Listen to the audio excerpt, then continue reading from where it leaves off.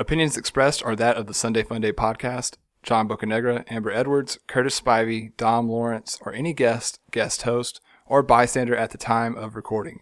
Any opinions stated do not reflect that of any entity or outside association to the personalities in or associated with the Sunday Funday podcast. Enjoy the show.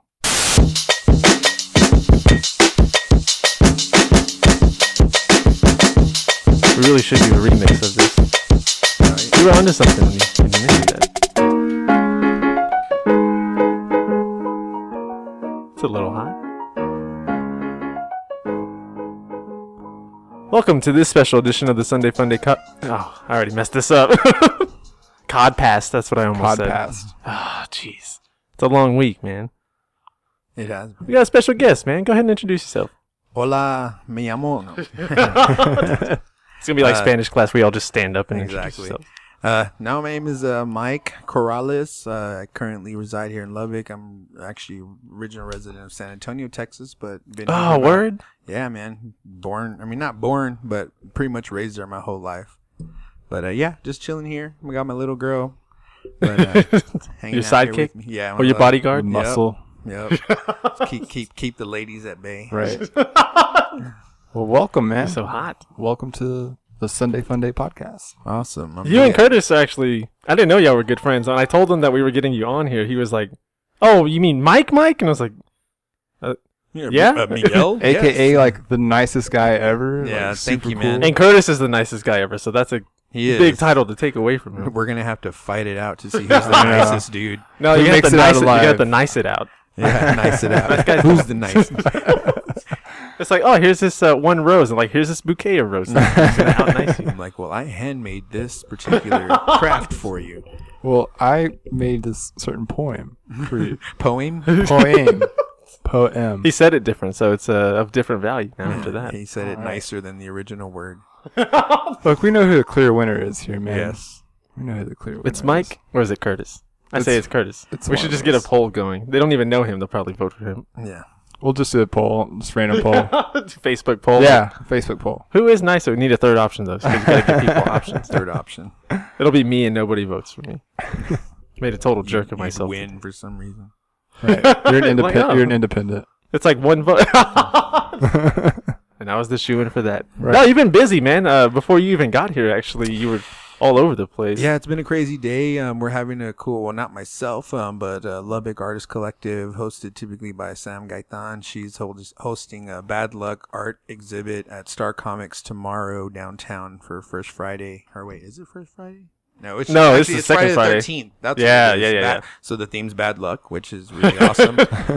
So yeah, like it's going to be a pretty cool event. You know, it's always fun. It's so with that being said, unfortunately, I'm not going to be a part of this particular event that we're having, but my wife is. So I was, Oh, yeah. running around trying to drop stuff off, failing at life as always. Oh So, man. you know, it's like I should have done this earlier in the day, but no, it's been cool. I was off today actually, so I had time, but you know, just hung out and just trying to get that done. But I'll pick up where I left off tomorrow. Oh, that yeah. particular piece. But yeah, no, I tried to, as far as like this year goes, you know, we've got a lot of cool stuff planned. I mean, for myself, you know, I guess for what we're really talking about, it's like, you know, I do dabble a lot in art. Mhm. You know, I've a lot more lately within the past few years, even a lot more within just in the past year. But this year, you know, trying to Have everything, all this stuff lined up. Yeah. And it's early in the year still. It is, you know, it was kind of cool the way it all started last year for people that don't know me. I mean, I'm just a regular dude like all of us, you know, kind of doing your thing, working full time. And, you know, I had,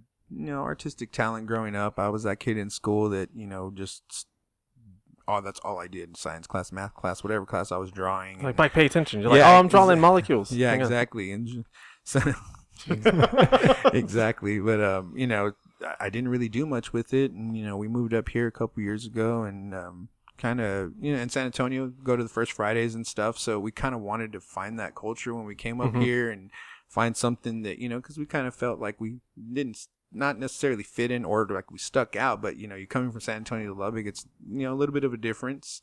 So we found our First Friday art trail and it really like inspired me. And every time I'd go, I'd was like, man, why am I not doing this? Why am I not being a part of it? Like, how can I be a part of it? Who do I need to know? And I just felt in my mind you had to be like just some renowned person with the right connections. That has like all these people they know. And Yeah, no, and really it just happened, luck of the draw. Last year I was able to display some artwork at the first Lubbocon that we had here. And that was great. It was cool, man. It was it like surpassed my expectations by like 1,000%. It was just so awesome. And for me, I was like, wow.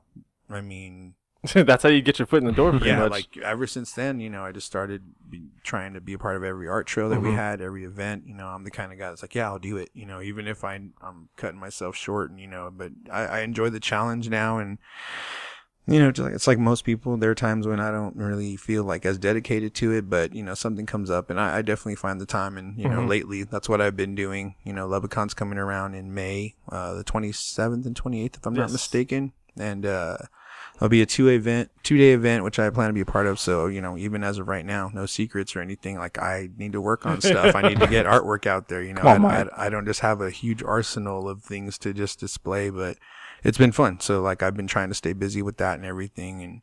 And, this year, myself, my family, we're all just going to stay really motivated and try to. How do you keep yourself going? Like, I know being anything creative, I used to do music stuff. Sometimes you hit that wall. Like, where do you get that inspiration from? I mean, it's funny that you say that, because if you've ever been in my house, it's like really hard not to look and go, dang, I want to do this. It's like, you ever see the 40-Year-Old Virgin? It's like that. I was like, dude, luckily I have but you got one locked down, though, so you're fine. Yeah, exactly. I'm like, fortunately, I'm not going to be a 40-year-old virgin, but, my wife's really, really cool, super awesome, supportive lady. She actually is also very heavily involved with like our art community and what we do. That's and good, based off of that question, like, she's one of the biggest inspirations. And even if it's just like, yo, get your ass to work, like, kind of deal, that's what kind of gets me going. And I have to like push myself, not to say that it feels like work, but when you find that block and you just don't know what to do, sometimes just a kick in the butt's what you need. But we collect comics, and she's just a cool lady, and she has been like the driving force of me just being able to feel like I can do it. She's the one who was like, kind of like my wife manager person, and she really put herself out there to put me out there. And it's been cool. And now she's involved with Lubbocon as well. She's the artist liaison for them, and she's involved with a lot of cool different artists. So even in that regard, just seeing somebody like being a part of an event, I'm like, man, I can't sit back and just chill, even though I have for the past month, done little commissions here and there, but not really like had to be a part of something. But seeing all that is what really is like, even helping my wife get her stuff ready for tomorrow's event. And I just kind of know like, okay, I got to do this. We're going to have another event coming up involving the Alamo Draft House for Lego Batman. So that's pretty cool. So man. I gotta start working on a piece for that, which I'm really excited about, because as simple as it might seem, I'm just all about doing stuff for Legos, fun. Whatever. Yeah, like I'm just always doing stuff for fun.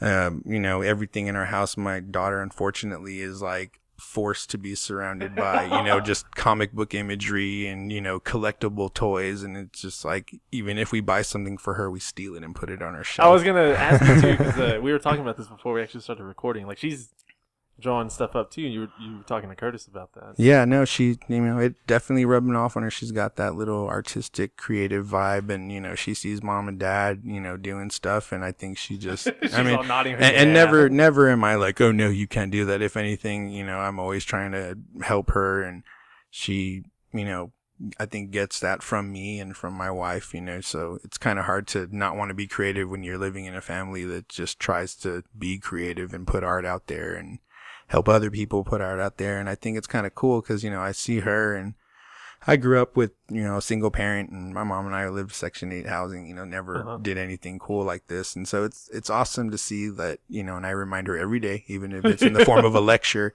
how lucky she is, because she's got some parents that really just are like exposing her to something that not a lot of kids really are going to, get to really grow up around. And I think it's kind of cool because it'll help her, maybe by the time she's a teenager, just really like say, you know what, I don't already have a good platform. I don't have to wait till I'm 35 to put some artwork out. She's gonna, I think by the time she's my teenage years, when I started really being good, she's just gonna be amazing. And she'll probably be at levels that I wish I was at that age, and we're going to be there to help her, you know, pursue those things if that's something she wants to do. But yeah, she definitely gets that from us, and it's all good. It's just fun to be a part of that, you know, especially when you have people that support it. You know, I talk to artists that, you know, unfortunately, maybe they don't have that support system or whatever, but I do. And, you know, even if it's just our friends and, you know, locals and everybody just supporting each other, like, I think ultimately that's what keeps us all going, keeps us all motivated. And the fact that we have these outlets, all these little tiny events, you know, no matter how you want to look at it, it's an opportunity to put yourself out there. And that's since day one been like my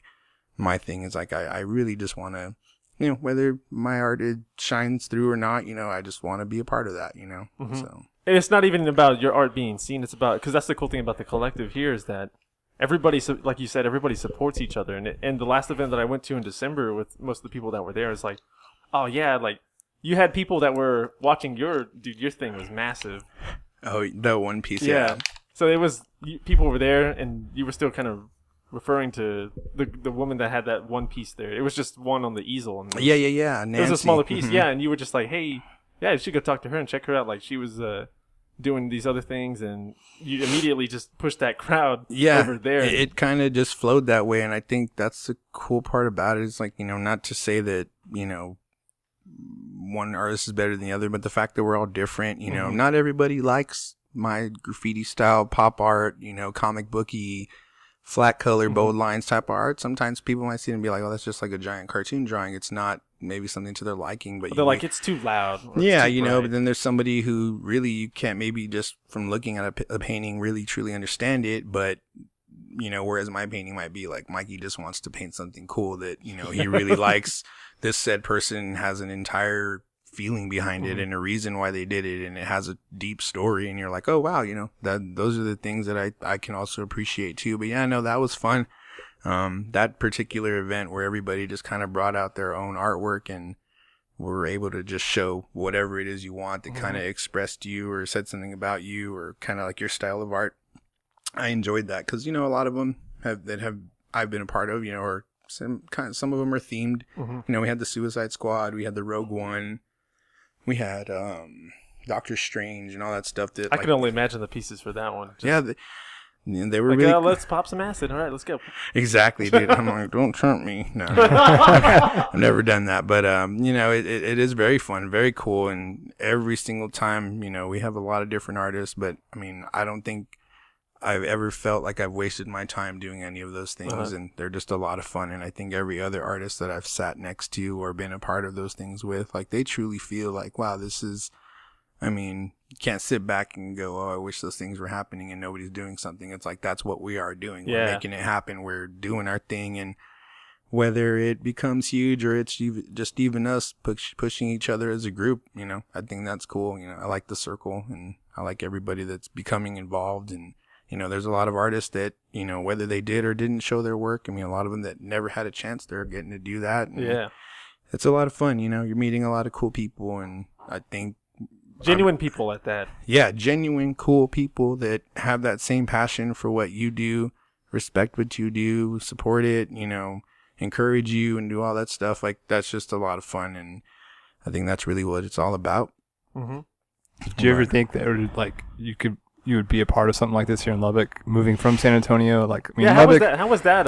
Lubbock's kind of limited, you know, when you think about it, but I've discovered myself, like, the artist community here is so much more than what a lot of people think. Yeah, I mean, I think that's just, you know, people probably still think Lubbock is like just tumbleweeds and sunsets, and dirt. It's very cool. For the most part, they're right. Right, 99%. Right, you can watch your dog run away for 2 weeks. It's so flat out here. No, but I think I didn't ever see myself doing this. I mean, 10 years ago, 12 years ago, even before my daughter was born, you know, I've worked in retail, you know, the majority of my life, and I figured, yeah, that's all I'm ever going to do. You know, coming even back to my art, you know, my wife would see me draw maybe 1 or 2 sketches a year, which half of them would only be that, you know, or I'd throw them away and nothing came, you know, out of it where I finish a drawing or finish a piece or even paint. Like, all I ever did was draw and do color pencils, and came up here. Sorry, I'm breathing really heavily. That's what the filter's for on there. Cool. Good, man. Breathe that oxygen. Breathe that air. Yeah, but coming up here, you know, originally came in for work. I don't know how strict and weird are these. Is the FCC listening in on us right now? Can I not say like pirate my last radio, company man. I used to work for? No, I mean, but you don't have to. I mean, it doesn't matter. I worked for Zoomies for a long time, and of course, I was like, man, I'm gonna work for Zoomies forever. You know, Yeah. I'm gonna be a DM. I'm gonna do this, and it was a lot of fun. I think as a company that made me a really strong manager in terms of like how I train people, how my demeanor is at work, and so when I can't see you being like a dad one and then a manager on another, because the way I know you now, like I've seen you in other places, like you're just a really chill dude. Yeah, no, it's funny. I'm a manager now. I mean, even not working at Zoomies, I'm the custom frame shop manager at a local craft store, and you know, I work 45 hours a week. You know, we do our family thing with one car, and you know, it's like it's tough, dude. But you know, I think one thing. If we were doing this in San Antonio, it wouldn't be happening. Like, I know that for a fact. It would just be so hard.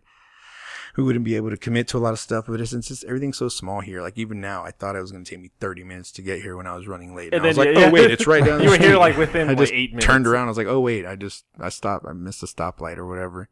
But no, when coming up here, I didn't really ever envision us being a part of anything like this. One thing that I was frustrated when we left San Antonio was the very next year, they had their first Alamo City Comic Con. And I was like, you got to be freaking kidding me, man. Like, that's exactly what I'd wanted to do, you know? And whether it was just attend it or be a vendor or whatever, you know, I can't really think what I would have wanted, but I just remember it being upsetting, and it took a couple years, and, you know, maybe we were just so focused on working and stuff, but we never really thought, oh, you know, this is other stuff that we can do. You know, I think after we had eaten at every restaurant and been to every couple places you can be around here, we were just like, well, let's go. We literally would just drive around the loop, and, you know, I think one day we randomly thought, oh, the depot looks cool. I mean, obviously when we first came to find a house, we were like, oh, Buddy Holly Museum, let's go do all the stuff that Let's do all the things that tourists do. Yeah, exactly, you know, and so I think that was our first taste of it, and, you know, after it's not a bad taste. It's that cool. museum's great. Man, no, it's a cool place. I mean, I think just that whole little area in general, it's kind of cool. You know, it gets hopping, and there's a lot of, you know, places during the First Friday Art Trail that have a bunch of galleries of Charles Adams and Leluca and Tornado. And I think you came at the right time, because it used to be smaller when I was going to college. Like, it's really grown like the last 3 years. Well, that's perfect then. Yeah. Because I don't think the Luca was as 100% now as it is. No. Because that place just blew up. Nice. Well, then I'm very grateful and fortunate for that. But yeah, I mean, to answer that, Curtis, I never thought that we'd be doing this. But, you know, I think that's what separates, you know, people being, you know, following their dreams to somebody who's just going to chill. And not that either one's wrong over the other, but, you know, I could have continued to sit back and be like, oh, I really wish I could want to do that, you know, but now it's hard to even stop, because even if I'm inspiring somebody else, like, now I feel like, wow, I don't want to sit back and just be a lazy ass. You know, these people are like, hey, you're the reason that you helped motivate me to get me going. And I'm like, yeah, I don't want to do that anymore. You know, it's like, like, that's not me. Yeah, I'm not about that, but it's just fun. So we're just kind of going with it and trying to help contribute to it in any way that we can, help it grow, encourage people. I mean, there's a lot of cool stuff that, you know, obviously things, you know, whether it's financial situations or just, you know, setting it up and planning, you know, there's big things that we want to do, you know, as a community, you know, whether it's Lubbocon or artist groups or even, you know, just us, you know, coming up with cool stuff to do that, you know, maybe we can get the scene going a little bit, you know, bring some more culture. And, you know, not that, again, like, the Lubbock's not a fun place. There's a lot of fun stuff to do here, but, you know, there are things that maybe just haven't happened here yet, or, you know, that the potential for it is so great and stuff. So that's, you know, could look forward to keep doing it, you know, trying to stay on track and trying to stay motivated. But no, I never really thought about that. Never thought I'd be sitting here doing a podcast talking about my artwork, you know. I mean, I think that's kind of cool in itself. I'm one of those like 80s kids, so it's like I'm not like so old school that I don't know like technology, but I don't sit at home doing podcasts and having all these cool like shit in my apartment, you know, but it's fun, so I appreciate that. Yeah, man. Actually, no, go ahead. No, I mean, you get to be part of like the kind of like the seed of, you know, Lubbock. Like, Lubbock's still continuing to grow like its artist community. I mean, we've had the art trail here for years, but like, you know, I've seen you showcase your art at the theater, you know, both Alamo and Premiere, and you know, it's like you know, your art, I haven't seen anyone else draw like or paint like you do, man. Like I haven't seen any pieces like the ones that you make, and it's like it's kind you're kind of shedding more light to the artist community here in Lubbock, and you're kind of being part of that movement to help make it bigger and better. Yeah, and, I mean, I definitely agree with that, and thank you. I mean, you walk into any gallery, and if Mike's there, he's going to be the only dude in there with something like that, you know. And it's not that I don't want to try to do anything else. That's just what I like, you know. I mean, I always thought in school, like, I'm going to illustrate mix, and of course, none of that ever, you know, panned out. And Not yet. not yet, exactly. Thank you. But where was I going? it's okay, man. No, you're right. In terms of like just the styles that you typically see, or art acceptance on what's, you know, what constitutes like fine art, or what's good, what's bad, you know, and all that stuff. I mean, really, people can call it what they want. I'm just doing what I want to do. I'm painting what I like. You know, Mikey likes comics. Mikey likes toys. You know, Mikey likes superheroes. So, you know, when I want to do something, it's half of it's going to constitute as like fan art and stuff. But I think even, you know, the way I do it in terms of like painting on big canvases, and you really don't see that very often, or, you know, very few artists, you know, are doing it. But I mean, it doesn't mean that I'll be the only one doing it for a long time. I think that's kind of the cool thing is, you know, people are kind of starting to see that. And they're like, because art's interpretation is what somebody makes of it. And if they, like you said, they're seeing your stuff, and they're like, okay, like I can do something like that, or something kind of along the lines of that. And it's cool that we have the community that we have, because it's opening those doors up for people that have never thought to, hey, I can do this too, which is awesome on y'all's part. Yeah, no, I agree. I mean, it's very, I think it's these types of things, and people like myself and all the local artists that are involved in these groups, Lubbocon and Lubbock Artist Collective. I mean, all these guys and girls have amazing talent, and I mean, we all kind of have a cool, different style, all unique to obviously what we like. You know, if you talk to Sam, you know, a lot of her stuff's really cool, and, you know, very like Black Cat Witches skulls and awesome designs. And, you know, you have people doing their own comic books, and you have people that, you know, are really great figure drawers, like Robert Garza is another really good artist. Ray Ramos, or X-Ray, he's like another artist that, you know, he will even say like, well, I'm just an amateur, I'm not, you know, trying to do this or that, but his stuff is awesome. His stuff is awesome, man. Like, I mean, he's doing just what he loves to do. And I think even if it's just seen, you know, I mean, I don't know, I can't even say that it's just seen like on a low-key level, because even when we went to like Rogue One opening night or weekend, I mean, that was a high profile thing. I was blown away, dude. There was like just hundreds of people, and everybody, I mean, I was so busy, like I sold out of what I brought in the first 20 minutes. Like I was like, oh crap, I'm going to be painting here all day now. And I literally started having to do commissions just because I was like, well, that sold, you know, and, you know, Ray's over there doing his stuff. But no, I mean, I think it's kind of cool for everybody that, you know, likes what we're doing, and even just for us, because it is different than your typical landscapes and portraits. And, you know, this type of art, I think, is much more greatly accepted in more like, you know, high metropolis areas, and, you know, stuff where, you know, you have a lot of cool street pop culture and whatever all that is. And, you know, you don't see a lot of it here, but, you know, I think that's what we're bringing to the masses, and we're bringing to people and giving them that chance. And I think it, you know, people like it. People come out, you know, whether it's parents or kids or whoever, they're always like, man, this is awesome. Like, this is really cool. And, you know, you're selling a piece to a small kid that's going to put in his room, and you can just tell he's so stoked about it. Like, those are cool feelings. Those are nice things to be around. But I mean, you're right. You don't see a lot of it here, but I think it's gonna eventually really become something that you're like, oh wow, this guy does that and this one does that, and then it's all gonna be different, but all unique and all fun, and, you know, cool. You're at your house especially, you're surrounded by a lot of creativity. You know, like when you're working on these pieces, are you just seeing what's in your head, or are you just kind of like just, you know, like based off what you've seen, what you've read, and everything, and like, you know, you put the brush or whatever to the canvas, like you just kind of just basing it off what you see in your head, and just kind of put something new on it? Or? Yeah, I mean, a lot of the times, I mean, I think I'm comfortable enough having, you know, doing a piece of art without referencing, but I mean, I'm no stranger to looking at something if I'm like blocked, or I'm having a hard time like sketching something out. But a lot of my paintings really, I mean, it sounds kind of weird, and what's the word I'm looking for?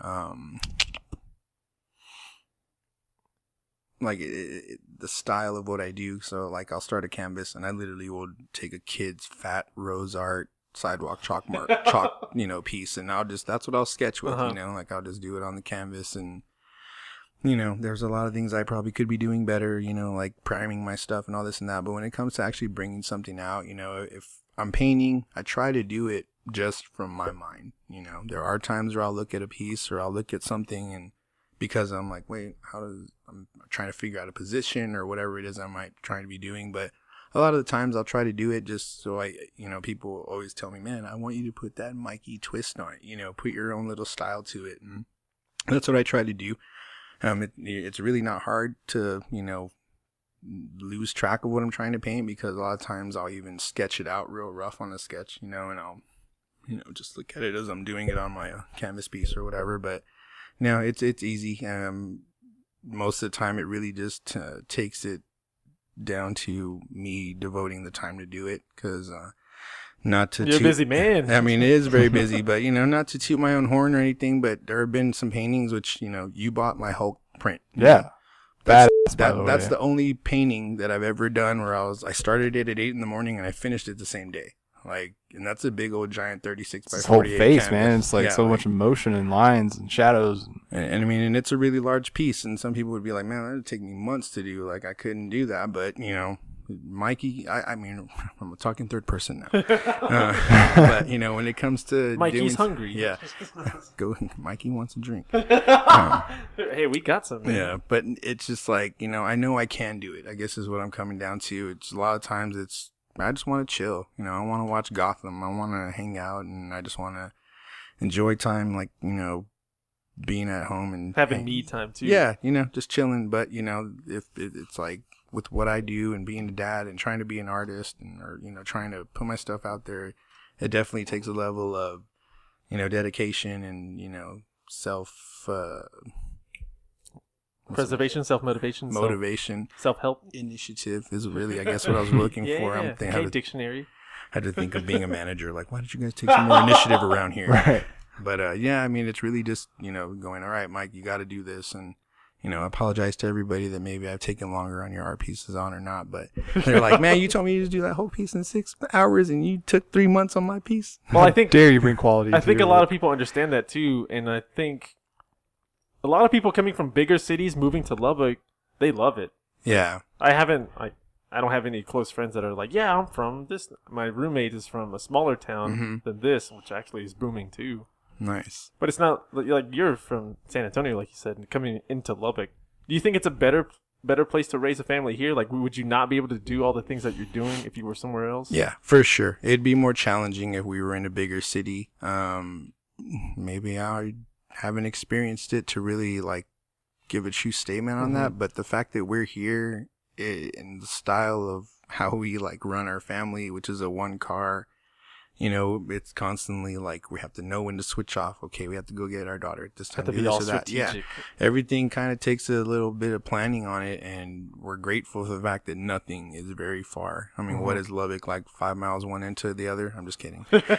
Call it the grid. You blink and you miss it. Yeah. But I mean, it's small enough to where nothing takes long. I mean, even the traffic is not bad. I mean, drivers, that's another story. Yeah, that's we've talked about that before. I'm we could probably even get into that. I just saw several things on the way over here that I was like, oh my god. But no, I think the fact that it is small, kind of close knit, and it's very chill. We love it in terms of the pace of life here. It allows us to do everything that we want to do, and I think we've kind of become accustomed to that, because when we go home to San Antonio, after several days, we're we just want to come back. Whoa, hang on there. Yeah, we really are want to come back home really quick. But on the other end of that, I'm kind of anxious to want to try to do something in a big city. Maybe even back in San Antonio, I'll even get to something on that too. And reason being is because there's a lot more people that you're going to reach rather than, we go to an event here and they're always very cool. Some people are selective though here. 80% of the people you're going to see are us, the regulars, supporting each other. You'll have some people stroll in, but I've had more success selling stuff out of a gallery, rather, at an event or just from somebody calling me because they're like, hey, I saw your card here or whatever.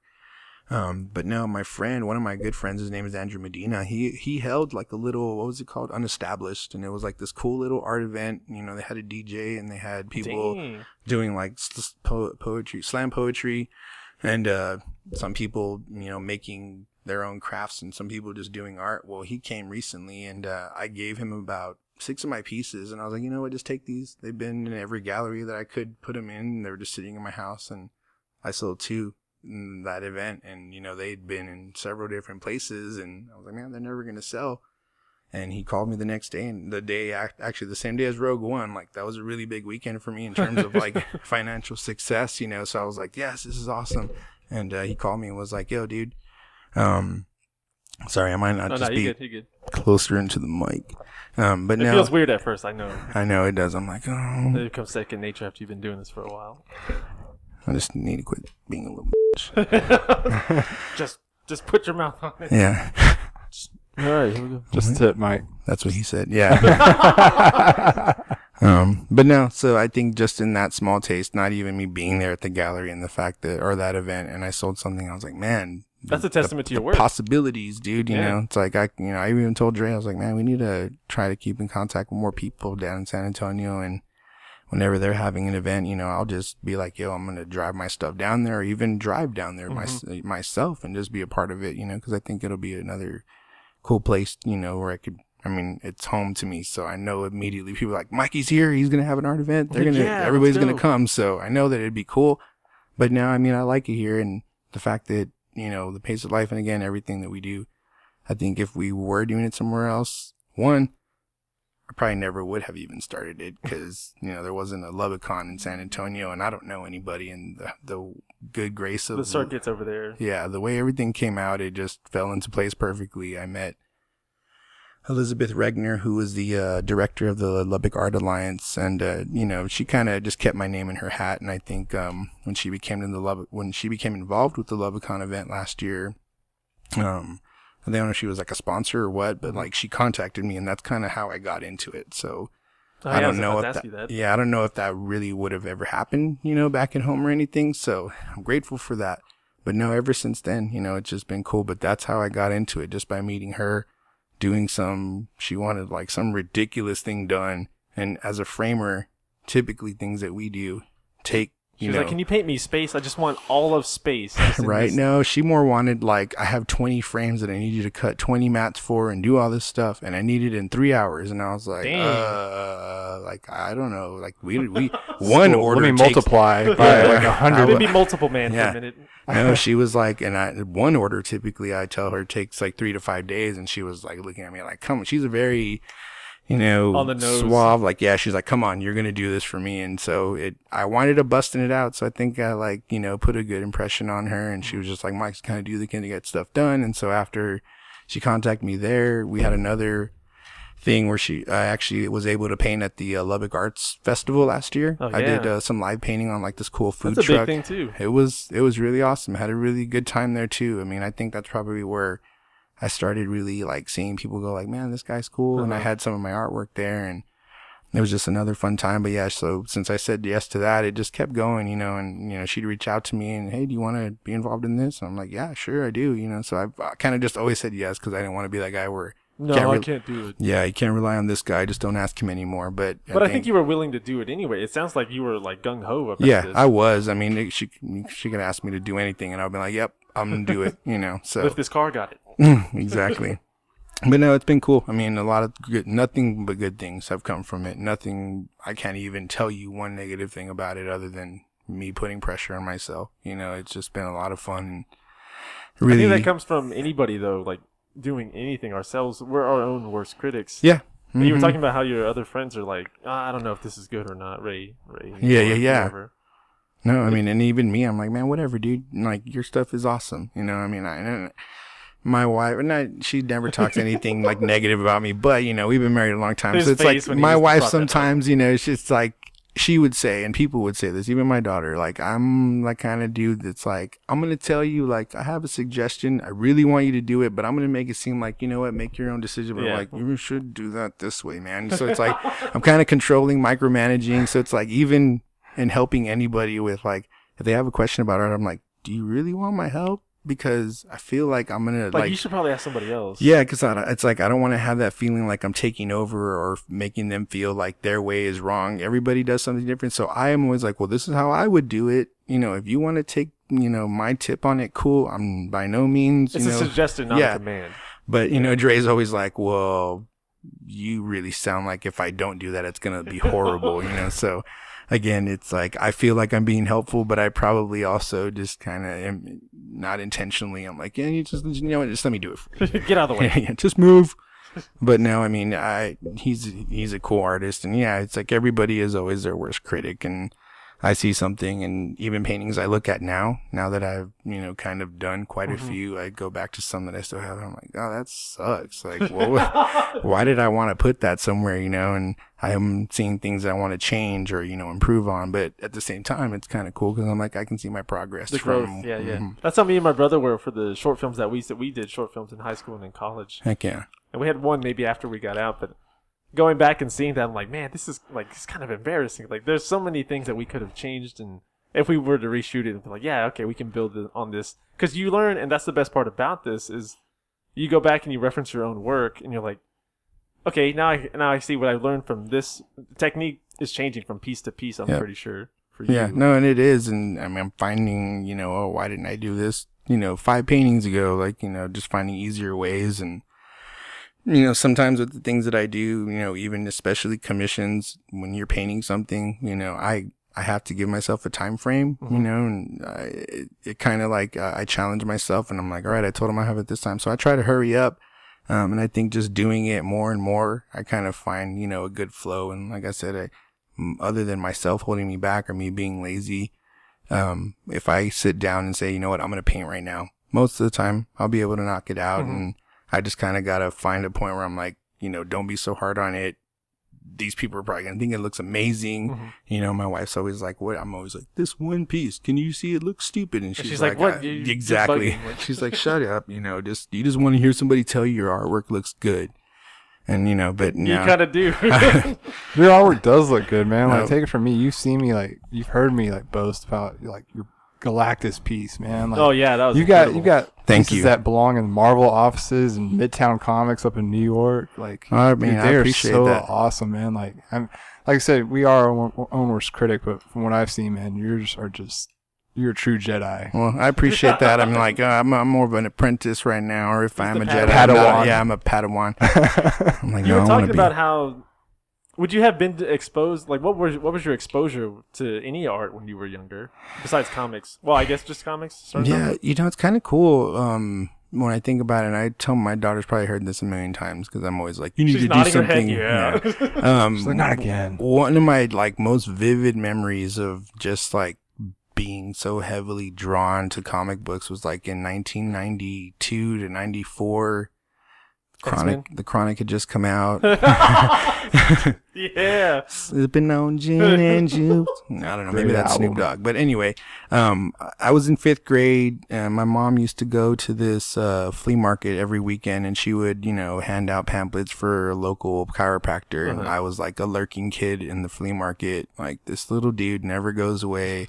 And I'd be at all the like baseball card and football card and basketball card vendors. And I'm like, oh my God, wanting to touch everything. And there was like this kids are. Yeah, exactly. But there was this one guy, his name was Jerry. He's super awesome, cool dude. Thank you, Jerry. Like, you really put the bug in my ear. But he had a comic book stand, and he sold all the old early 90s like Marvel figures, X-Men, when they were real crude and kind of, cheesy and no posable nothing. Everything is just but it was cool because I think after a while he was just like, dude, just come hang out with me whenever you're here with your mom. So I'd hang out at his shop, and you don't want to be around your mom. You're like, yeah, whatever, I'm gonna go play with this. Yeah, dude. And I mean, every weekend he'd give me like $20 and a comic or two, and I started collecting comics and cards, and I'd be at school all trying to hustle, like, hey, and I got all these envelopes, and that one you're going to definitely get a foil Magneto card. And, I'd be selling little packs for like $5 after I'd gone through them at home and stuff. Just but, through kids' lunch money, like, yo, yeah, I mean, but like, that's when it heavily took off. I mean, I had been drawing like ever since I was a little kid, as much as any other little kid draws. But, once I had that stuff in my hands, I was like at home. I had a sketch table. I mean, my mom, I was a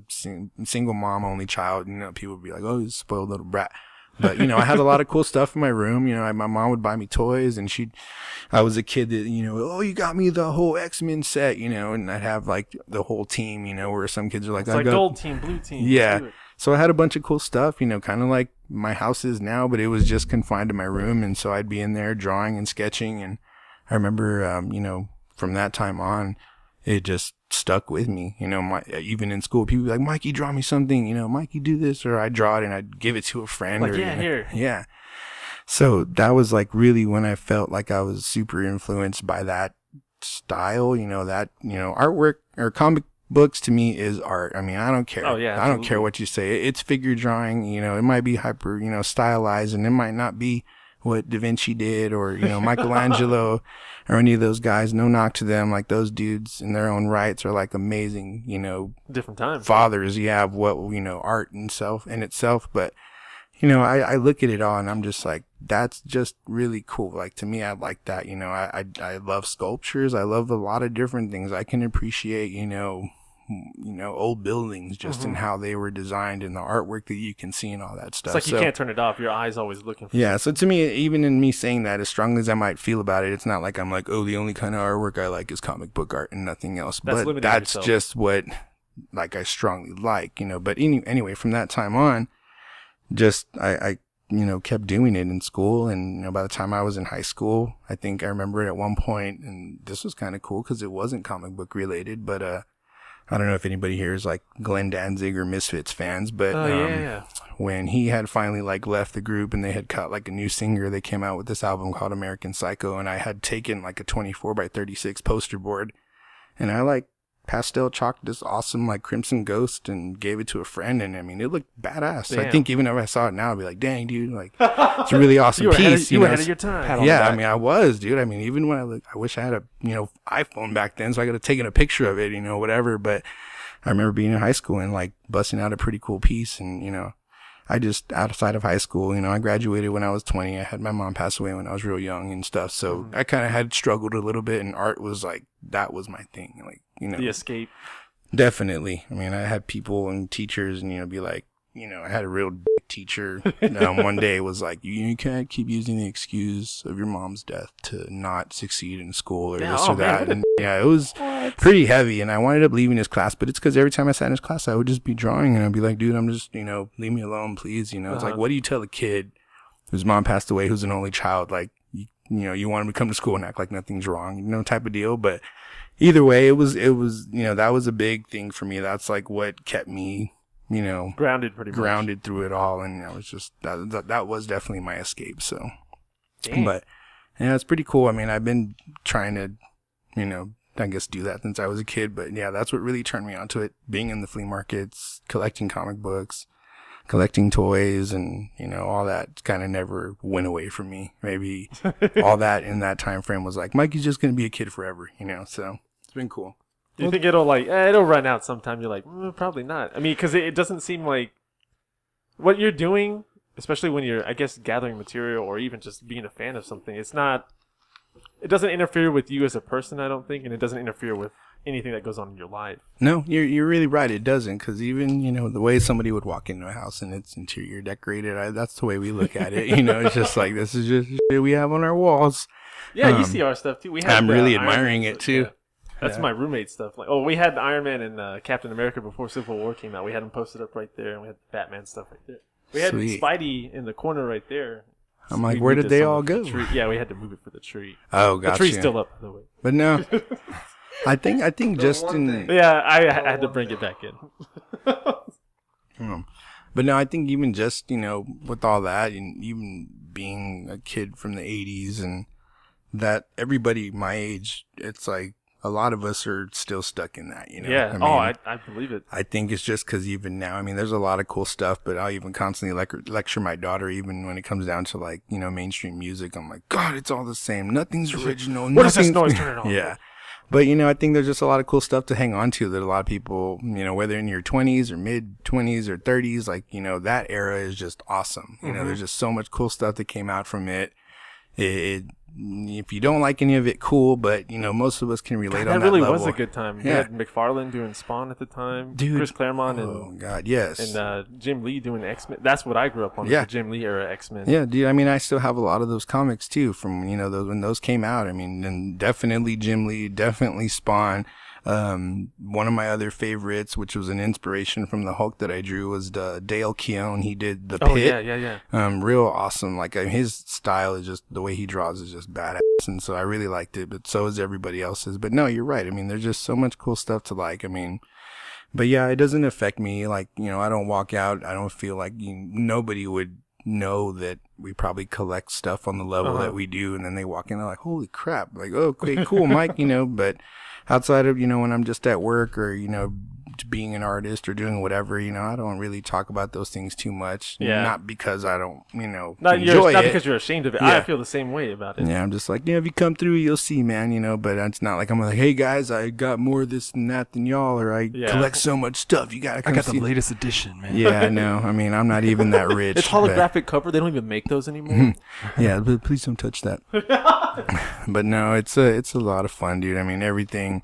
I think the good thing about our fandom is that you're surrounded by people that support stuff like that, and that won't. And geekdom and nerd culture, this it's come a long way since we've been kids. Like it's the thing now. Like, It's that's the definitely norm. more exposed. It and- gets the. No. I was gonna point to Adriana. Nope, not doing that. You're not a bitch, I promise. I mean, I'm sorry. I do apologize about that, Adriana. I should have said ladies. But no, it's just funny because like being a nerd isn't like a bad thing It's anymore. not a stigma. And you're like, oh, dude, look at that geeky Look at that- dork look at that over dork. there. It's like, I'm like, oh, dude, what do you have? Like, I've got the coolest thing, this or that, or And I think I noticed this. I was at the other Rogue One exhibit at Alamo the night you were at Premiere. Yep. And I noticed this, like, that group was very eclectic. Like, there were all kinds of fans. And I never would have, like, we're in West Texas, so you're just like, middle-aged white men. And Yeah, you see them, and they're there, they're like, oh, wow, like, this is cool. Like, Darth Vader's there, and, like, all these other stormtroopers and stuff. Yeah, I mean, they go It was hard. really cool to see that. And now it's almost like everybody knows who these people are. Like, not just outside of Star Wars itself. It's like, oh, man, you're a fan of the Hulk, or hey, you like Spider-Man too, or like even now, like Doctor Strange is dope. Yeah, Stuff like that. No, I mean you're right. Everybody has something that they really, really, really like. I mean, I didn't even know my roommate. Like he's like country boy, plays baseball, was in football in high school. He's a big fan of Superman, Batman in particular. Like I never would have known that. Yeah, no, and I mean that's kind of the cool thing. It's like you really don't, and you don't have to. Yeah, his kid.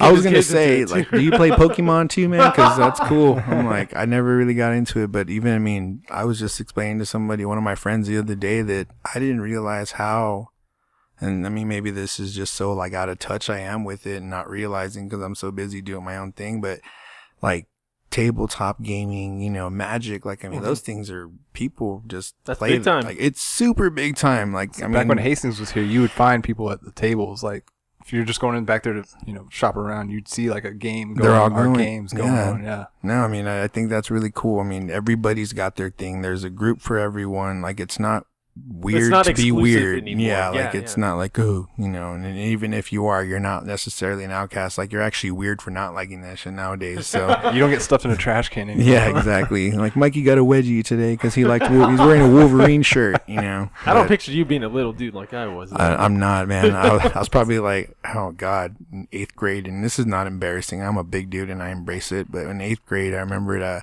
I tried to go boxing for a while, and my friend and I, 9 months, like almost every day, we'd go train, and I was jumping rope, and I went to go weigh in one time in 8th grade. What was I? 13, 14. I weighed like 266, dude. Damn. So I mean, that's a big 13-year-old That's a kid. tank. Yeah, dude. And so Hulk right there. and I got my ass beat in my first fight. He's but, like, I prefer Juggernaut actually. yeah, just juggernaut. No, but I mean, I'd say I've always been a big kid. I've never been that small. Like, I didn't just have a growth spurt and Mikey was huge. No, I've always been a big kid, husky kid, Every time I had a growth spurt and I got to where I'm at, and that's not even that big. I'm like, oh, wow. Like, oh, cool. You just got taller. You got a long way to go to catch up to me, man. The growth spurt never stops for me. I'm just growing. I know, every time I see you, you're just taller, dude. Yeah. It's Just just like keep growing and growing, man. Mr. Fantastic. You're just- Right. Yeah, my dad, like I help my dad reach some things. You know, my dad can't get around to hard to reach places or whatever. I mean, he's a tall guy too, but he gets the powers mixed up. He's like, Kurt, why don't you use your spider powers to reach this? I'm like, no, Dad, it's Mr. Fantastic. That's funny. Get it right. No, He's like, but if you want me to, I'll stick to this ceiling and I'll get it for you. you see I think that was like, cool. We all had parents that were nurturing, like, hey, it's not like don't do that. Like that's the thing. And I see this with my roommate too, and I'm pretty sure the inspiration comes from your kid too as well. It's like, okay, they have a little bit of influence on you, whether you think about it or not. It's not like the other way around. Yeah, no, you're very true. I mean, you're very right in saying that. I mean, even just my daughter talking about wanting to do something, I'm like, okay, well, I'll help you. And it, sparks me wanting to be creative or, Dad, can you help me do this? And I'm like drawing for her or whatever. Yeah, so she's, he's like, oh, this would be a cool idea. And I'm like, man, that would be, you're right. So it's definitely like she inspires me big time. What I was going to say something in terms of like saying like nurturing parents, I constantly remind her like you have some really cool supportive parents, like I not to get too crazy and deep, but it's just, I feel bad. I feel bad for, the kids growing up that don't have that support, man, that want to do something and they're like getting their hands smacked or being like, no, you can't do that. Or,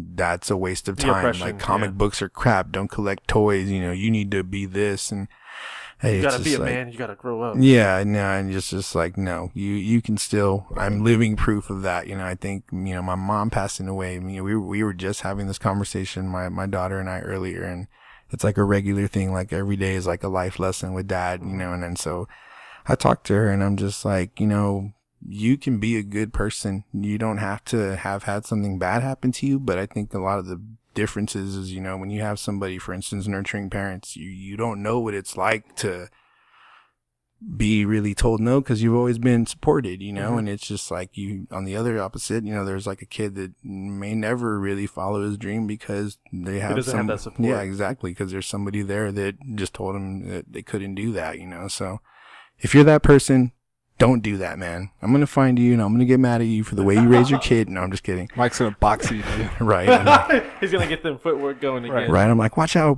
float like a butterfly. And like my ankle snaps. It's like, crack. Oh, Mike's on the ground now. Never Give me a minute. Like, just let me get up and you wait. Stretch this out right quick. But that's good, man. Yeah, no, it's very cool. And I'm grateful. I had a mother that, she worshipped me, man. She was a really awesome lady. She, anything I wanted, she was always there for me. It was just really cool. And so I think her being that for me has really definitely made me that kind of person. And it wouldn't matter if I was a head executive CEO of like the nicest, whatever, or me just working at a skateboard shop, but I think on any of those levels, like you can collect toys, you can love comics, you can love fandoms, you can love whatever and still live that life and be successful and have all the things you want in between that, man. Like don't limit it to like, oh, well, I do this, I can't like that, or I can't do this, it's like, no, you just got to find the balance. So, but yeah, man, it overall is really cool. Like one thing, I was going to talk about real quick in terms of, one of the coolest things my mom did, which was also like when people hear the story, they're like, what? But, when I was in, I don't know, middle school, I had a best friend. My name's Miguel. Like originally, I was actually born in Mexico. Been over here since I was like 2 days old, and my mom actually adopted me.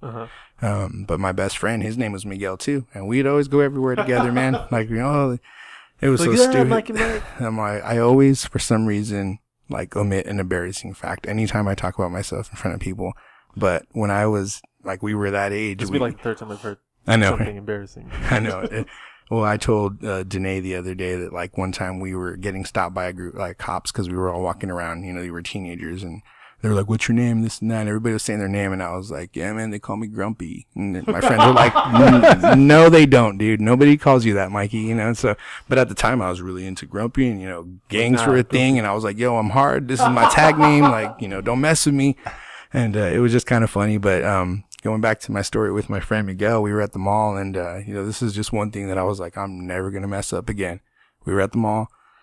We're at Eckerd's. I don't even know if anybody. Oh, I remember that. Yeah, before CVS and all the other pharmacies. Yeah, the true OG. Mm-hmm. We were at Eckerd's in the mall, Corrales. If I don't know if you were even in San Antonio, Corrales was still a mall, but we were walking out and I was like, yo, get me a cassette tape, because this is when you'd record music on the radio and you'd make your own mixtape. And me and my brother used to do that. You'd be like, man, I can't wait to record this new Bone or this new Dr. Dre or whatever. And it was like we were walking out of the store. I hear the alarm go off and I didn't take anything. Let's just make that known. For the record. My friend took what I wanted. They're still looking. They're still looking for you, Mike. Yeah, I know. They're like, there he is. They changed his name. But that's really why I left and came to Lubbock. Yeah, exactly. They were still looking for me. I took that Maxwell, 120-minute cassette tape. We walk out and the manager's like, come back over here. You stealing from my house. And we were smart ass little kids, dude. Oh, we didn't know this is your house, man. Whatever. And just being little jerks. And my friend winds up, saying, I got this, and he freaking stole a camcorder tape. He didn't even steal the right thing that I wanted him to take. And sorry, Miguel. I should have given you better, more precise, detailed directions. And then he stole a pack of bicycle cards. Well, my friend gets taken into the little back office, and I'm chilling in the hallway of the mall, sitting in the chair. Out? Yeah, and I was just like, oh man, dude, and I can't leave my friend. I was just in my mind, I was like, he's gonna walk back out. We're just gonna walk home. And it's gonna be chill. They didn't let him go. The cops came and they're like, you need to go home. And I was like, no, man, my friend's in there. So he's just like, get your ass in there. So he takes me into the room too, and we're getting scolded. And the cops telling us how. We're going to be treated like meat and juvenile, and slaps my leg with the clipboard. And, we're just this is scared straight. We're just freaking out, dude. And they call my aunt and they call her parents, and my aunt comes to get me. And of course they're all disappointed. Well, I get home and my mom has a laundry list, dude, of everything I'm not going to get to do. Uh-huh. And so this happened in October. That was worse than the guy talking to you. Oh, dude. Yeah, man. I mean, I already was I didn't even do anything. I know I was accomplice, but I didn't put anything in my pocket. You're very loyal. You're collateral, man. You were with your boy at the time. I was, dude, and I wasn't going to, leave him there. I was like, no, man, that's my friend. So I get home. My mom had already pretty much given away my TV, my stereo, my phone, my Nintendo, all my toys. Man. I literally had a bed. Hit you where it hurt. Yeah, dude. I had a bed in my room, and I was grounded from October. My birthday's in March. I was grounded till March. So for 6 months, I was grounded. And when I got ungrounded, I didn't get any of my shit back. None of it. She literally was like, this is all gone. You make a mistake like this again, whatever. It could be worse. It could have been, but you know what? I think that's an awesome story, because it really, that struck me, dude. I was like, I'm never going to mess up again. I'm not going to do it. And that's because you didn't even mess up. And that's because I truly didn't even, I wasn't even that kind of kid, I don't even think I would have had freaking cojones to put something in my pocket. And it is just but in that lesson, I'm like, man, I'm finding out through this podcast, I'm a badass dude. But I'm I helped my friend because I'm loyal, and I took my lesson, and I don't know, I learned a lot of things from that. You rolled with it, you know what? That's what's going to happen. I got it. He's a mature kid. Yeah, no, it was kind of cool. Consequence. Yeah, but that was a pretty tough one. And so if you're listening, kids, whatever, at least you didn't have to be grounded for 6 months and get off. We can't even have kids have their iPads taken away for 2 days without them freaking out. It's just crazy. But no, my mom was a really awesome lady, and she always gave me what I needed. And I was a really creative kid, and she was just really an awesome person. And I think the fact that I'm here now with my daughter, my wife and I are going on about 15 years of being married. Nice. So, congratulations. Thank you. Man. This year will be 15 years. In case I forget, happy anniversary. It's 8 months away. I'll just cut this and then I'll just give it to you hey, it's coming up, man. He did say it. Yeah. This is he proof. said it. But no, all those things, it just snowballs back into molding myself and my inspirations and the things I want to do. Now that I look back, I probably could have done it way sooner. But you know what? Life happens when it's supposed to. Things happen when they're supposed to. Again, even being surrounded by all my friends at home, they're all great people, but not many of them would be involved in many things like we're doing here. And I think it's just the right time, and we're in the right place and in the right moment. And I'm going with all of it too. And I really appreciate it. And it's a lot of fun. And, I plan to keep doing it as long as I can, and hopefully, shoot, one day if I can stop working and just live off of artwork, that would be amazing. Or live off your kid. Or live off my kids' artwork. I think that's the goal for every parent, like, though. why did you push me so hard, Dad? I'm like, oh, well, look at So I don't have to work. Yeah, Harry's going to be running DC Comics here pretty soon. For real, dude. I mean, that would be amazing. You never know. Creative I mean, start our director or own, something like that. That's kind of the cool thing I like about, the age we live in. It's like, you don't have to wait to meet, a big executive or something. You can just make it happen. You think people have advantage now as compared to when we were growing up? Oh, dude. Yeah. I mean, well, I don't know. I mean, it's a lot of different things to consider, but overall, like, because now they have like Patreon, and you can pretty much put your work out on Twitter or Instagram. Yeah, I mean, I don't even know, is you even saying YouTube, is that like outdated now too? But it's just like, a lot of these people that, you can be famous just for being on YouTube. You can be famous just for people never seeing your face, but they know your artwork from, being online or Instagram or whatever. Like, so the outlets and avenues and everything available to everybody, it definitely makes it more convenient. It's also a good and a bad thing, because it's like there's a million mics out there, essentially, maybe not that many, but there's just, everybody's trying to do their thing, which I think is cool. And then there's work that kind of saturates, like it kind of dilutes. Yeah, it oversaturates, and it's like, but at the same time, it's like, what? I'd rather it be that than nobody doing anything at all. Yeah. So, to where it's just limited to only the people who have, if you were to, rewind 20 years ago, the internet wasn't even as big as it was now. So it's like, you really had to be pushing yourself. It wasn't even as big as it is now 10 years ago. That's a true, crazy dude. thing to think about. AOL, whatever. So, but no, you're right. I'm trying to call Mom. Get off the phone. Yeah, it's like I was almost on that site and then you stopped it from uploading.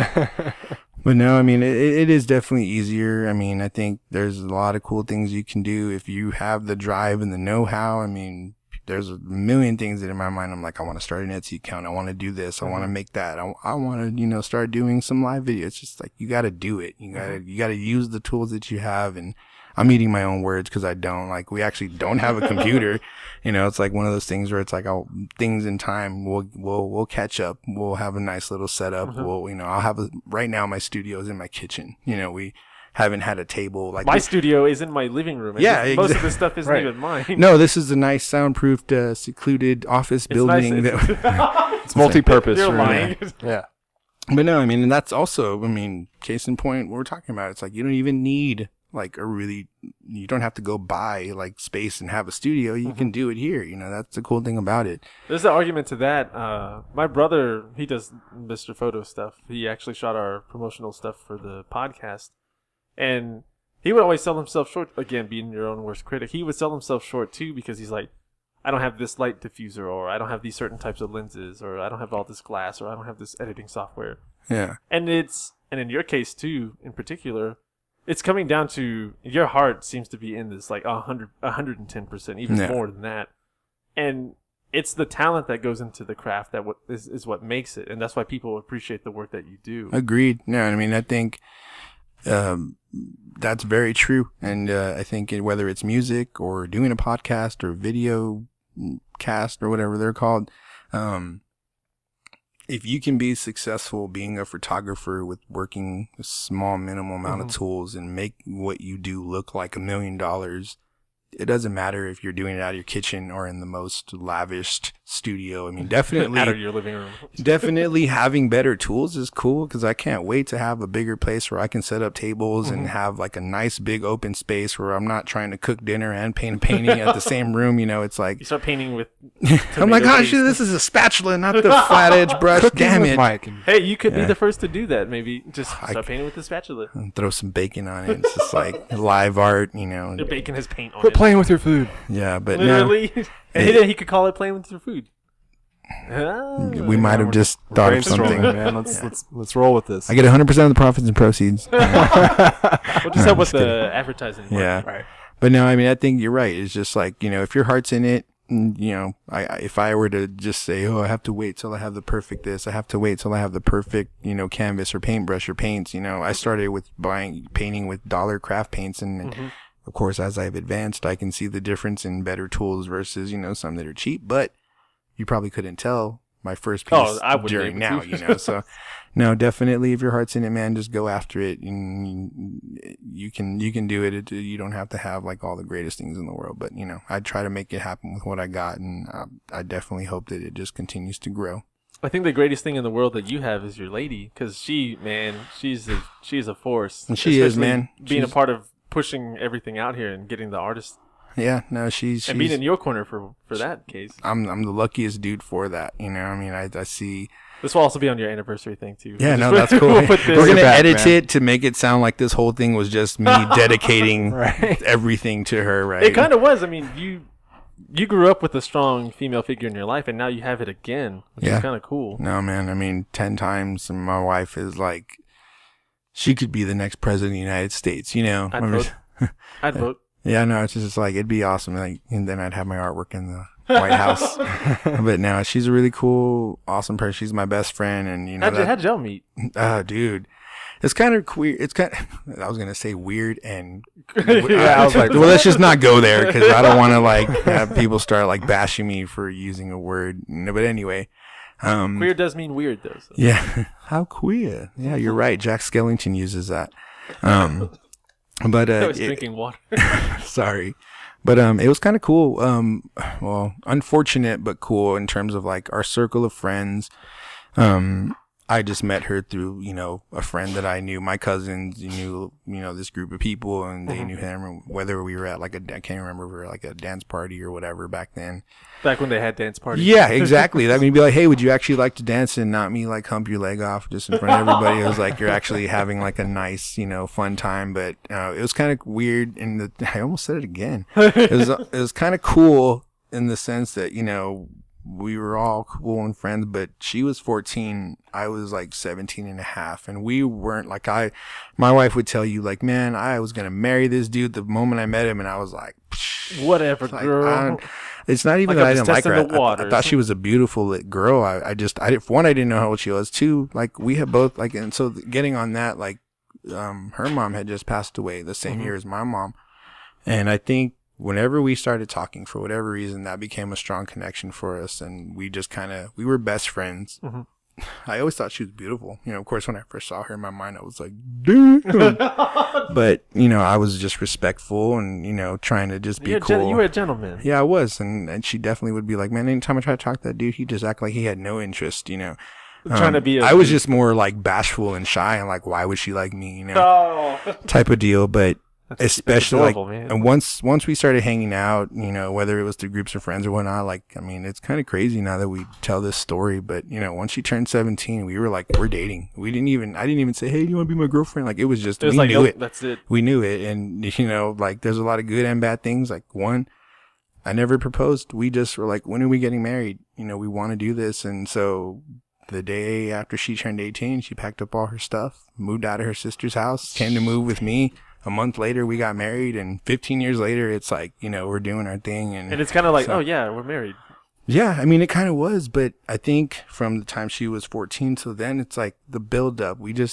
I remember the first time I told her I loved her when we were talking on our green screen Nokia phones for like 3 hours at night. 3 hours. I mean, you could push the little buttons to make your ringtone like doot, doot, doot, doot, doot, doot. You know, do a little Power Ranger thing or whatever. But yeah, we were talking real late at night. Hours were going by, and I just remember being like, I love you. And it was silence. Yeah, but it was cool. We knew it was going to happen. She would even tell you, like, I had my mindset on marrying this dude.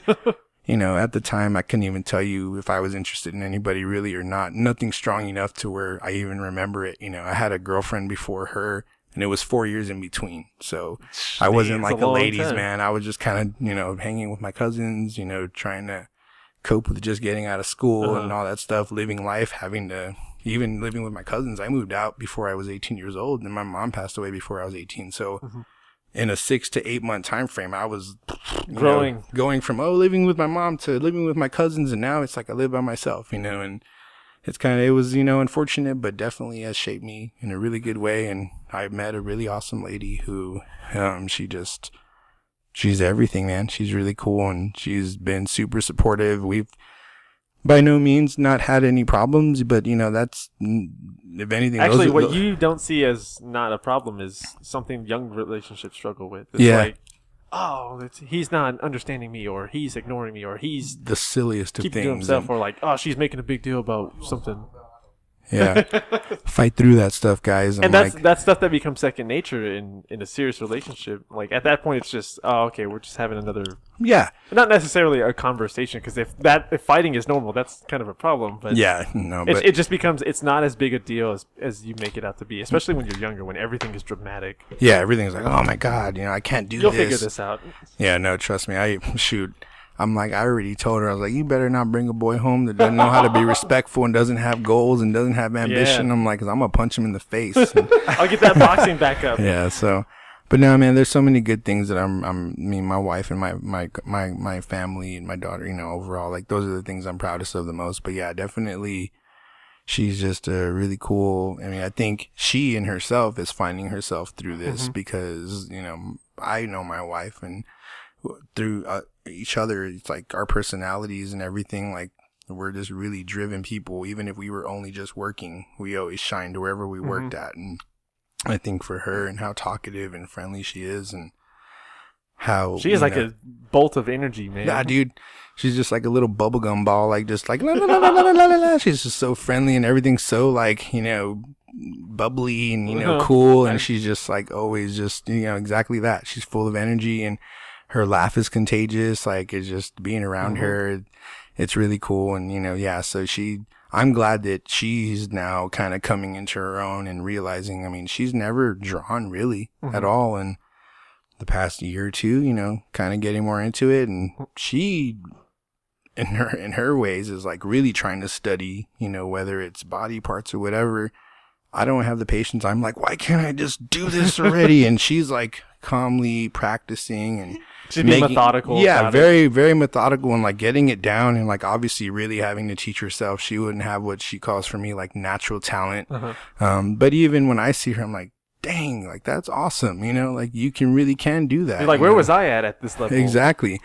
But no, so she's doing her own art. She's, leading this particular art group in terms of like just giving them opportunities and being the voice for them if they need it, or even just being a helping hand where they need it or giving advice. And, neither of us thought we'd be in these positions, to me put my artwork out there and her being able to like really help and inspire and motivate other people and kind of be a part of a group that's doing really awesome things. So yeah, I'm really proud of her for that. I'm proud of us. I'm excited to where we are, even meeting people like Curtis and your family and your brother, meeting you guys. Like it's kind of, I think, just a social norm to kind of at first be like, hey, how are you guys? And nobody's really super close, and it takes a couple of times. And then eventually, then you're like, yeah, what's up? And everybody just jives and, how's sorry about that. no, you good. They start just having really good time. And I think, we're meeting all the right people, and everybody seems to be really genuine and really passionate about what they're doing. And, we're just happy to be a part of that. That's awesome, dude. Yeah. Very cool, man. You got the right person to build that community. I actually met her before I met you. Dre? Because she used to cut my hair. Yeah. Heck yeah, dude. And she was like, oh, I remember you. And then Adriana knew her too. And I was like, oh, okay, cool. And then that's how we started getting into all the stuff that we got. That's so funny. How did y'all meet? Through Janelle. Yeah. My future sister-in-law. Yeah, like since I work at the craft store and Janelle paints and stuff, I'd always see her and Ryan coming in, and we just started chilling, mutual type of interests and stuff, or just like hanging out. And they're really awesome people too and fun to be around. But yeah, that's kind of how we met, just from me being at work. And if you were to come to work, I'm like, hi, how are you? Yeah, I can help you. And I'm very like, just like Dre, I'm almost a different person, because outside of work, I'm like, don't talk to me. But like if I'm not at an event, it's like I'm not mean, but I definitely give off that vibe. Like, don't come over here. When I had first saw you, and I was like, oh man, like I gotta be cool around this dude. Big looking dude. I gotta try not to say anything dumb. And then you were like, oh, what's up, man? And I was like, okay, he's a cool dude. I'm just the chillest dude. Yeah, man. I'm not a pretentious bastard, like walking around like I'm you just don't have cooler. anything to prove. Yeah, I mean, we're at the age now where we've formed into the people that we're gonna be. Yeah, and I think even touching on that little comment about relationship, just like in breaking off of that, it's like I don't have time to let dumb things. Yeah. Like, if I'm at a party and there's young kids, I already embrace the fact that like maybe it's going to be a little different, but I'm like, whatever, I'm gonna be me, and if it's cool, it's cool. If it's not, whatever, and it overall, I think it's hard for me to not make friends. You know, Yeah. it's not, I don't think I ever rub anybody the wrong way. I'm always trying to be a cool dude. But yeah, that's how we met over there. And I mean, we've just continued to click, and, you know, we all live busy lives. So, you know, we don't all get to chill every day and all that, but it's good to know that you have those people like in your corner, so you can, you know, one day like, hey, you want to chill, you want to go do this, and it doesn't even have to be an event, or it doesn't have to be something of significance, and you can just do your thing and, you know, hang out and enjoy each other's time with some good people. But yeah, no, I've been, for me, you know, slowly even breaking out of my shell, because my wife like knows me and she knows how goofy I can be. But, you know, if you first meet me, I do probably seem like quiet and like, you know, I have that jerk face. I think people say it's. You came off as like really cool. Like you were just.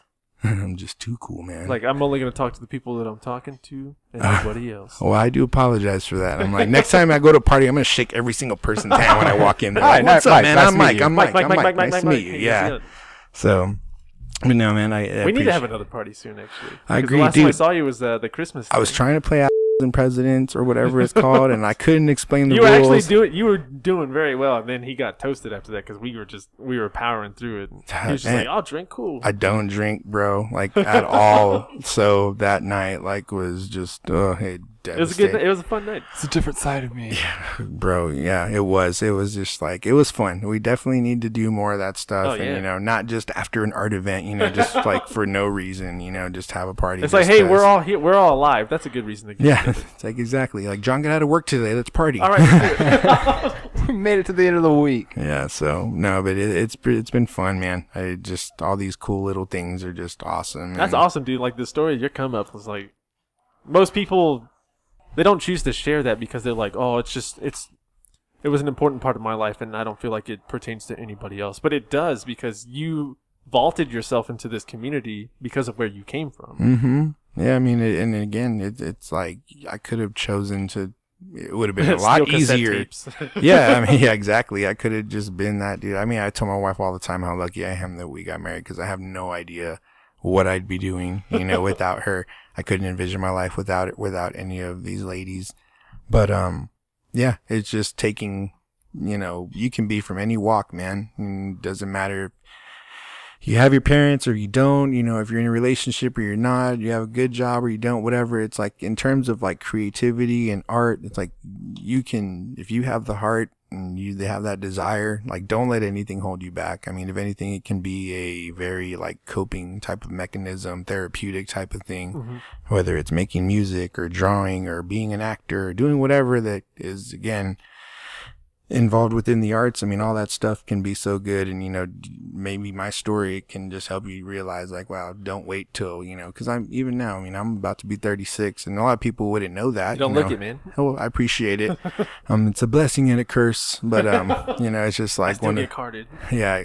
I got carded the night I bought beer, and I was like, I never buy beer and I never get carded, but, it's just one of those things. Yeah. I mean, I in my mind, I'm telling myself like, God, you should have done this 10 years ago, but there was nowhere to do, you know? So it's just like, you know, take the opportunity when you can. Don't be afraid to put yourself out there, 'cause you never know. Somebody is going to appreciate what you do. It might not. You get hit 100 people that just walk by and shrug a shoulder, but then that one person's like, oh my God, this speaks to me. You know, it just, and that even in that moment makes it all worth it. And brings a smile to probably any artist's face when they see their artwork even being appreciated, you know, so it's all fun. And, you know, even if nobody did, I think I'd still be doing it like on a more kind of personal level, but I have all these cool facets and avenues and things to go out to. So it's like, why not embrace it?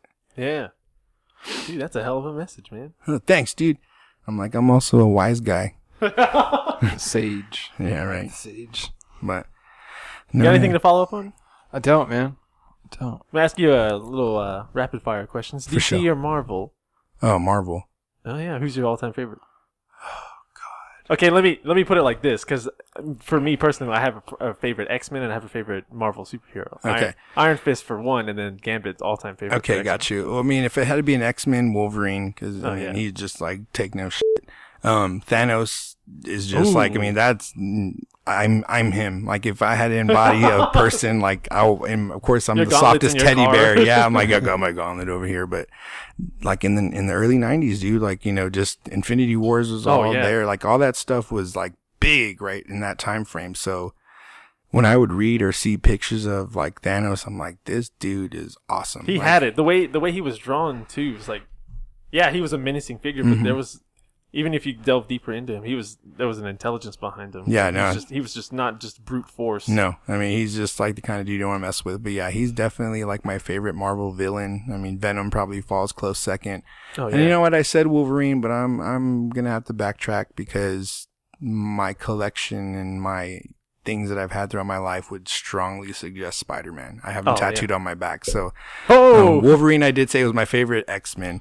But yeah, Spider-Man is probably my overall like favorite Marvel superhero. Like mine was Spider-Man for the longest time, and then I started reading more. Carrie Andrews, actually, I got to meet him at Fan Expo a couple of years ago, and I read his run of Iron Fist, it was like 3 or 4 years between books that came out. It was Immortal Iron Fist, and then it was The Living Weapon that came out recently. And oh, dude, I was blown away by his stuff.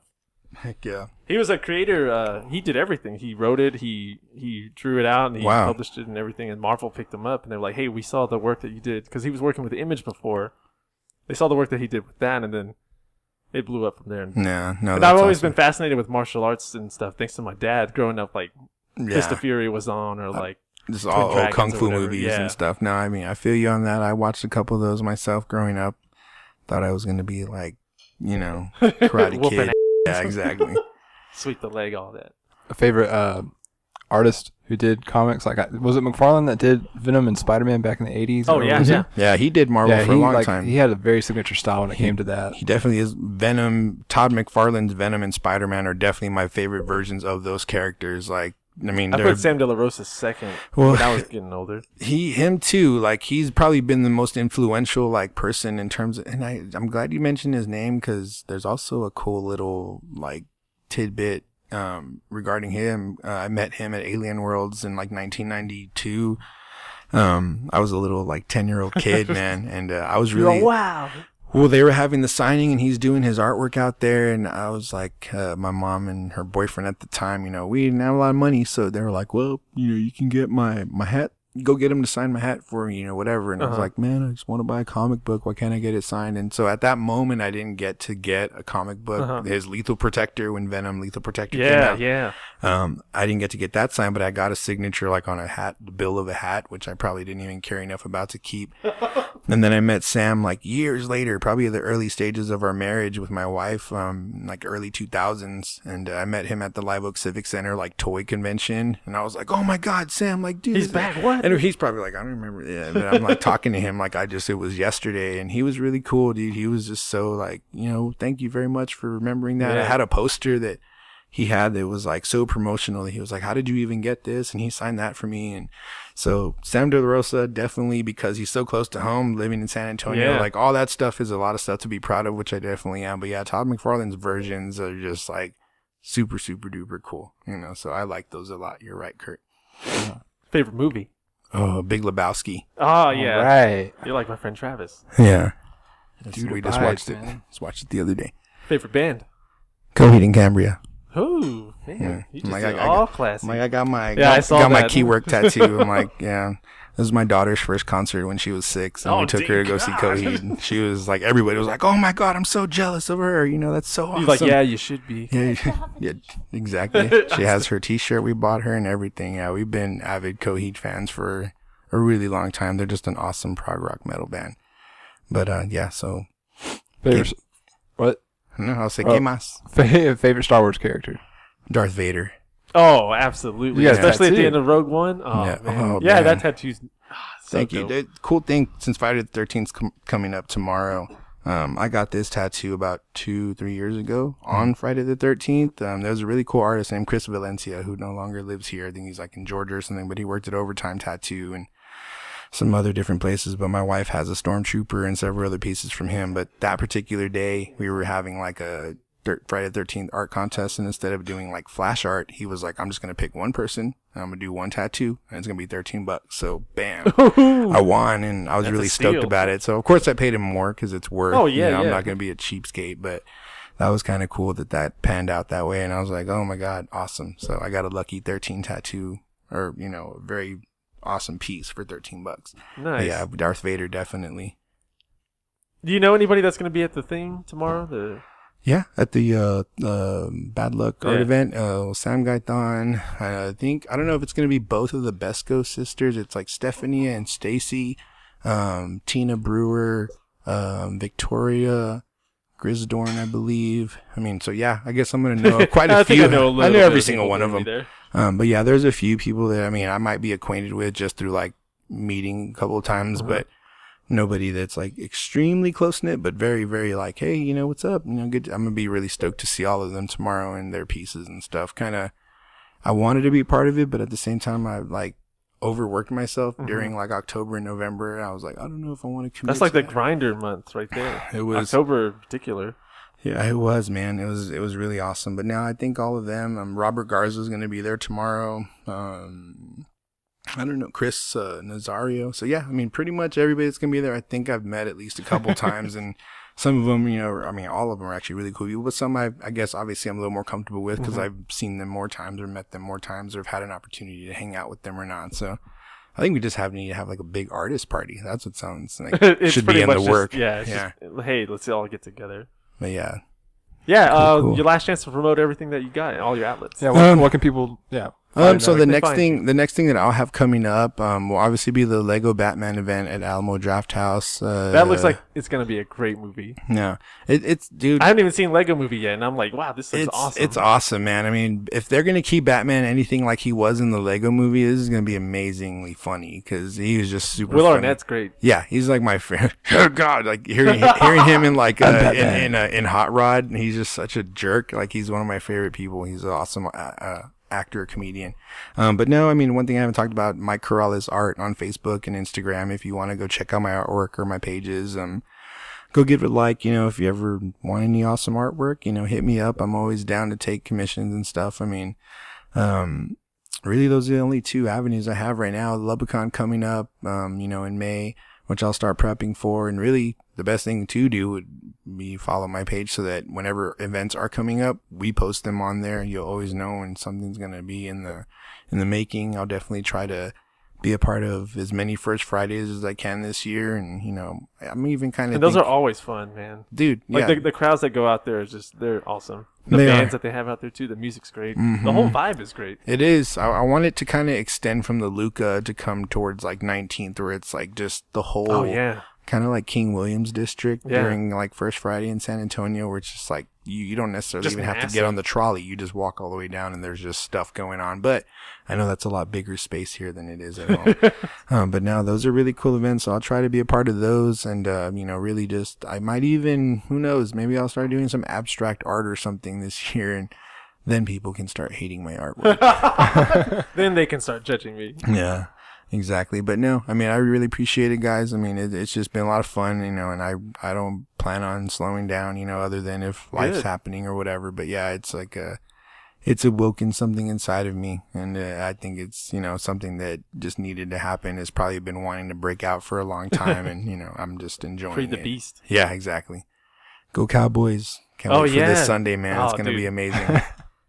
I'm just gonna be like biting my nails the whole time. I'm like, hence why. And I just want revenge on Green Bay. Oh, dude, I mean, 2014. Yeah, well, I think technically 2017, 3 years ago, whatever. Yeah, no, it's all right. Oh, dude, I hated that. Man, game. Rodgers he got hot at the right time, and we can talk about this later. Yeah, I'm like the next Sunday fun day after the game. But no, I appreciate it. Yeah, dude, Mike, thanks for coming in and sitting down with us and sharing a little bit of your life with us. I appreciate it. Anytime, man. I can't, hopefully we can do this again sometime and talk about more fun stuff. I'm all for it. Hey, Mike's stuff, we'll have a link to his page. We'll have some of his artwork. Curtis will even post a picture of his piece on there as well. Yes, most definitely. Thanks for joining us on the Sunday Funday podcast. And remember to find us on Google Play Music, now on iTunes, which is really awesome for us, SoundCloud, and YouTube as well. All right, thanks, guys. We will catch you next time. You got